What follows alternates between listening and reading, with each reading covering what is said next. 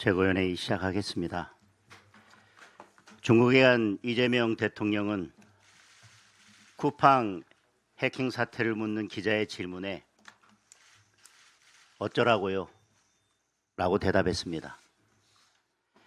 우리 국민 3,700만 명의 개인정보가 중국에 넘어갔는데도 중국 측에는 한마디도 하지 못하고 중국을 미워하면 안 된다는 것이 대한민국 대통령의 대답이었습니다. 대중무역 수지가 적자로 돌아선 것에 대해서도 혐중 정서 때문이라면서 우리 국민 탓을 했습니다. 중국의 불법 서해 구조물에 대해서는 물고기 양식장이라고 한다. 살짝 넘어온 거다라며 중국 입장을 앞장서서 대변해 줬습니다. 그래놓고 중간에 선을 그으면 된다고 쉽게 말하는데 바로 그 선을 자기들 마음대로 긋겠다는 것이 중국입니다.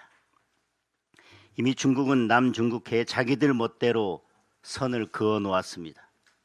결국 중국의 서해를 조공으로 바치겠다는 것입니다. 북한 비핵화와 통일 문제에 대해서는 제대로 말도 못 꺼내놓고 우리가 오랜 시간 북한에 대해 군사적 공격 행위를 해서 북한에서 엄청 불안했을 것이라는 황당한 이야기를 했습니다. 대한민국 대통령이 아니라 화성인을 보는 것 같습니다. 엄청 불안한 것은 북한이 아니라 북한 편만 드는 대통령을 바라보는 우리 국민입니다. 시진핑 주석은 역사의 올바른 편에 서야 한다며 훈계에 가까운 오만한 발언을 했습니다. 대놓고 자유주의 진영에 설 생각을 하지 말고 중국 편에 서라는 압박입니다. 그런데도 이재명 대통령은 이 무례한 발언에 대해 공자 말씀으로 들었다. 착하게 살자는 의미라고 했습니다. 이재명 대통령은 생각보다 진전이 많았다고 합니다. 우리 입장에서의 진전이 아니라 중국 입장에서의 진전입니다. 중국은 한한령 해제에도 북핵 문제 해결에도 서해 구조물에도 사실상 답을 하지 않았습니다. 샤오미 셀카와 줄 잘 서라는 경고만 남은 굴욕적인 방중입니다. 실익 챙길 능력이 안 되면 나라의 자존심이라도 지켜야 합니다. 대한민국 국민이 이재명 대통령에게 묻습니다. 어쩌라고요? 우리 당은 어제 공천뇌물수수 특검 법안을 제출했습니다. 강선우 의원의 지방선거 1억 뇌물수수와 김병기 의원의 총선 뇌물수수 그리고 이를 조직적으로 은폐한 의혹을 밝히기 위한 특검입니다. 이 사건은 특검이 아니고는 진상규명이 불가능합니다. 뇌물을 전달한 것으로 의심받는 김경 시의원은 사건이 터지자 미국으로 출국했습니다. 경찰은 기본적인 출국 금지조차 하지 않았습니다.